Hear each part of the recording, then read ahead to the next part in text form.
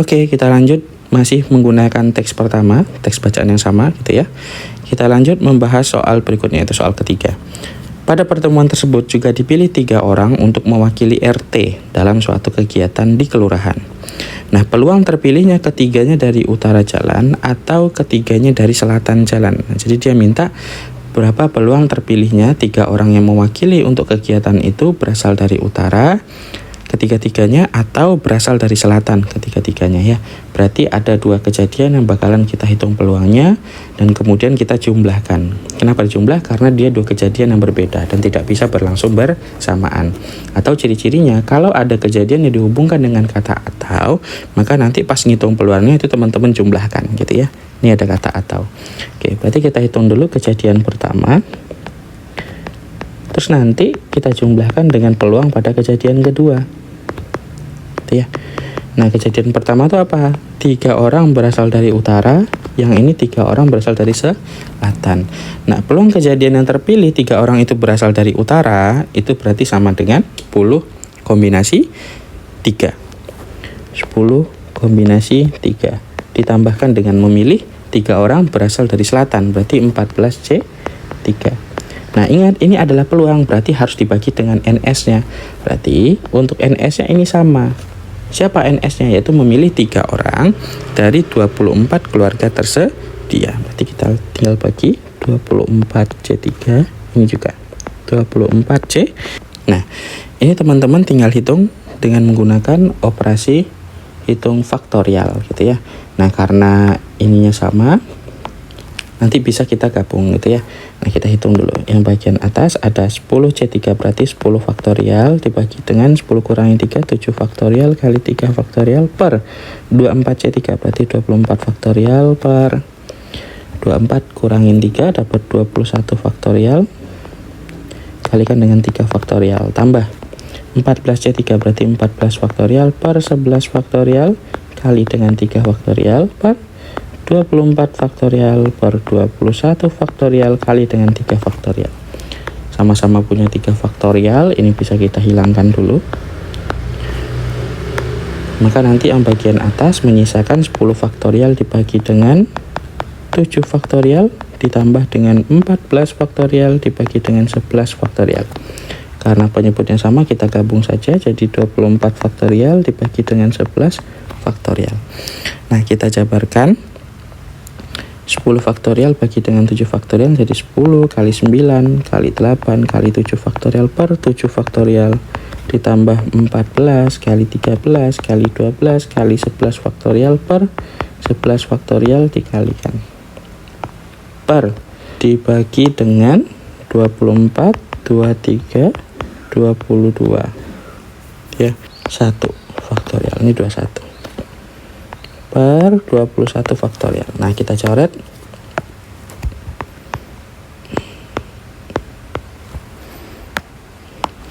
Di yang atas kita peroleh menyisakan 10 kali 9 kali 8 tambah 14 kali 13 kalikan dengan 12 per 24 23 22.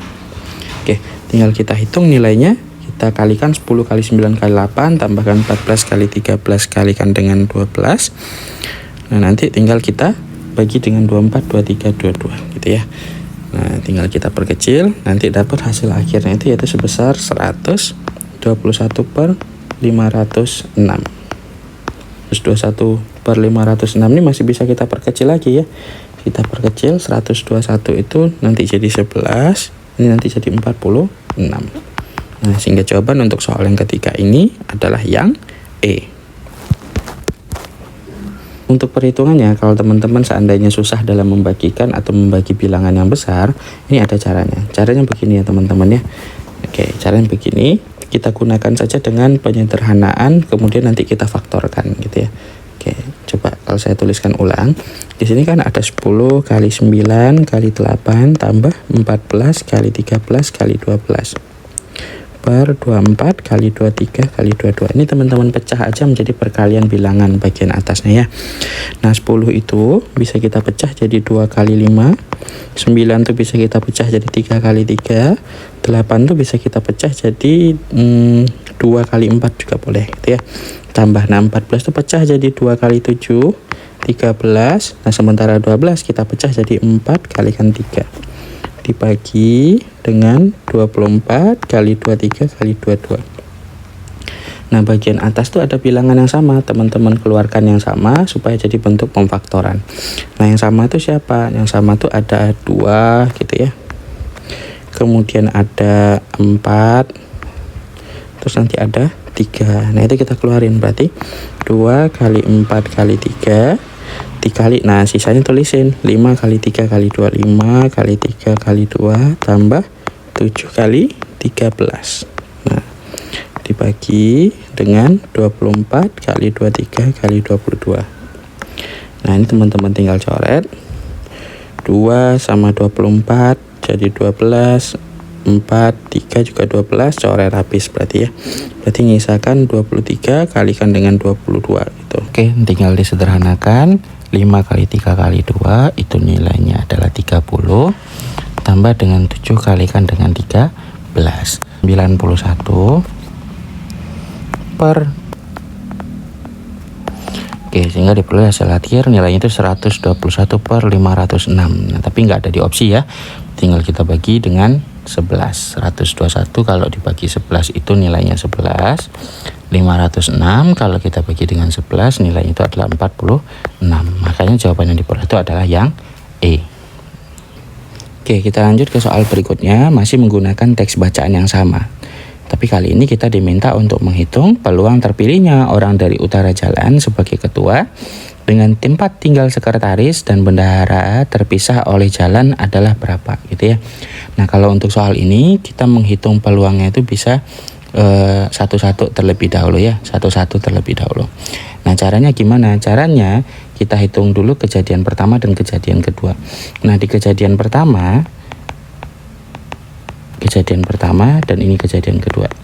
Nah di kejadian pertama itu menghendaki bahwa yang terpilih sebagai ketua, sekretaris dan bendahara itu dengan aturan yang pertama ketuanya itu wajib dari utara.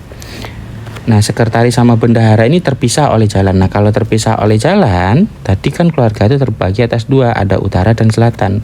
Berarti sekretaris dan bendaharanya ini berada atau terpilih dari 2 arah jalan yang berbeda gitu ya. Kalau sekretarisnya dari utara maka nanti bendaharanya dari selatan. Nah kemungkinan kedua nanti tinggal dibalik, sekretarisnya dari selatan, bendaharanya dari utara. Sehingga untuk kemungkinan atau kejadian kedua itu peluangnya dihitung dari susunan ketua, sekretaris, dan bendahara dengan aturan ketuanya dari utara, sekretarisnya dari selatan, bendaharanya dari utara lagi. Nah ini tinggal kita hitung sebenarnya menggunakan permutasi. Kenapa? Karena dia memiliki aturan penyusunan. Nah kalau ada aturan penyusunan itu kita menghitungnya menggunakan permutasi. Atau kalau mau kita hitung secara manual langsung juga bisa gitu ya. Cara ngitung manualnya gimana? Pertama kita hitung dulu peluang memilih ketua dari utara. Nah ketua dari utara itu peluangnya berapa? Nah keluarga di utara itu ada 10. Berarti memilih 1 orang dari 10 tersedia sebagai ketua itu peluangnya 10 per total keluarga, berarti 10 per 24. Nah milih sekretarisnya nanti keluarganya dikurangin 1 karena udah terpilih sebagai ketua salah satunya, berarti tinggal 9 yang mana dipilih dari total 23 keluarga karena total keluarganya sudah berkurang 1 karena salah satunya udah jadi ketua gitu ya. Nah untuk sekretaris juga gitu, total orang yang berkemungkinan untuk bendahara juga gitu. Total orang yang berkemungkinan jadi bendahara dari selatan itu ada sebanyak 14 orang. Dan itu dipilih dari 22 keluarga tersedia. Karena 2 keluarga dari total 24 itu udah terpilih sebagai ketua dan sekretaris. Nah, begitupun untuk yang kejadian kedua. Oke. Nanti kita tambahkan karena ini kejadian yang berbeda gitu ya. Nah sama, ketua dari utara berarti 10 per 24, sekretaris dari selatan berarti peluangnya 14 per 23, bendahara dari utara berarti peluangnya adalah 9 per 22. Nah berarti ini tinggal kita kalikan 10 kali 9 kali 14 per 24 kali 23 kali 22 tambah 10 kali 14 kali 9 per 24 kali 23 kali 22. Nah, kalau teman-teman perhatikan ini angkanya sama nih. Angkanya sama yang kita jumlahkan. Berarti sama saja dengan perkalian sebanyak 2 kali dari mereka ini. Berarti 2 kalikan 10 kali 9 kali 14 per 24 kali 23 kali 22. Tinggal kita lakukan penyederhanaan perhitungan gitu ya.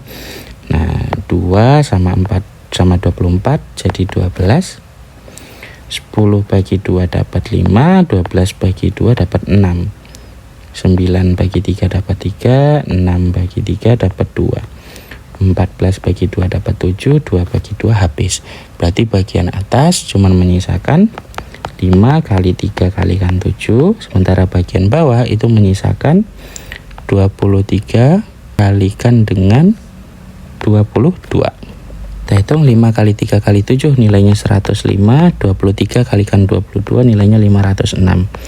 Maka peluang terpilihnya orang dari utara jalan sebagai ketua dengan tempat tinggal sekretaris dan bendaharanya terpisah itu ada sebanyak 105 per 506. Maka jawaban untuk soal ini adalah yang C.